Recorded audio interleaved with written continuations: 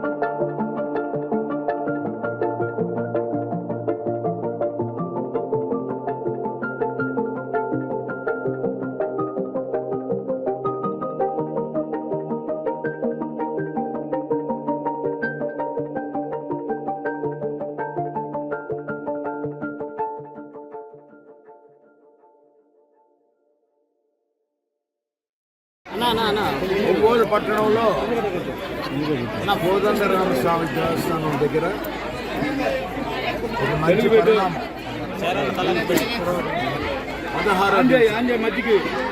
16 సోదరులు పూనం శెట్టి చక్రవర్తి గారు, వారి మిత్ర బృందం, వారి అనుచరులు అందరూ కూడా ఇవాళ తెలుగుదేశం పార్టీలో చేరటం అనేది ఒక పరిణామం. ఆయనకి చాలా అనుభవం ఉన్నది. ఆర్మీలో కూడా పనిచేసి రిటైర్ అయిన తర్వాత వచ్చి ప్రజాసేవ అనేది ఒక పరమావధిగా పెట్టుకొని ఈ ప్రాంతంలో అందరికీ సేవ చేసిన వల్ల ఒక గుర్తింపు తెచ్చుకున్న చక్రవర్తి గారు ఇంకా ఎక్కువగా ఒక ప్రజాసేవ చేయాలి. అందుకు ఇప్పుడు ఈ ఎలక్షన్లు వచ్చినాయి. ఈ ఎలక్షన్లో ఎమ్మెల్యేగా కంటెక్ట్ చేస్తున్న ఒంగోలుకి రామచంద్ర జనార్దన్ గారిని, ఎంపీగా కంటెక్ట్ చేస్తున్న నేను మాగుంట శ్రీనివాసరెడ్డి ఇద్దరిని కూడా గెలిపించాలనే ఉద్దేశంతోనే పార్టీలో చేరారు. అందుకు వారిని స్వాగతిస్తున్నాం, సంతోషిస్తున్నాం. తెలుగుదేశం పార్టీ వారికి ఎప్పుడు కూడా కృతజ్ఞతలు కూడా తెలుపుతున్నారు. ఈ ప్రాంతాల్లో చాలా వెనుకబడిన ప్రాంతం ఉన్నాయి. అందరికీ సేవ చేయాలనే ఉద్దేశం చక్రవర్తి గారు వారి మిత్ర బృందాన్ని పొందడం అనేది ఒక మంచి ఆలోచన చూస్తూ ఖచ్చితంగా కోదండరామస్వామి దేవస్థానంలో ఆశీస్సులు తీసుకున్నాం. చక్రవర్తి గారు వారి మిత్ర బృందాన్ని అందరినీ కూడా కలిసిన కాబట్టి నాకు అత్యధిక శాతం ఓట్లు వేస్తారని వారు కూడా చెప్పడం, ఆ భగవంతుడి ఆశీస్సులతో ఖచ్చితంగా మేమిద్దరం కూడా ఎమ్మెల్యేగా సమస్యలు జనార్దన్ రావు గారు, ఎంపీగా నేను కూడా అత్యధిక మెజార్టీతో గెలవబోతున్నాం.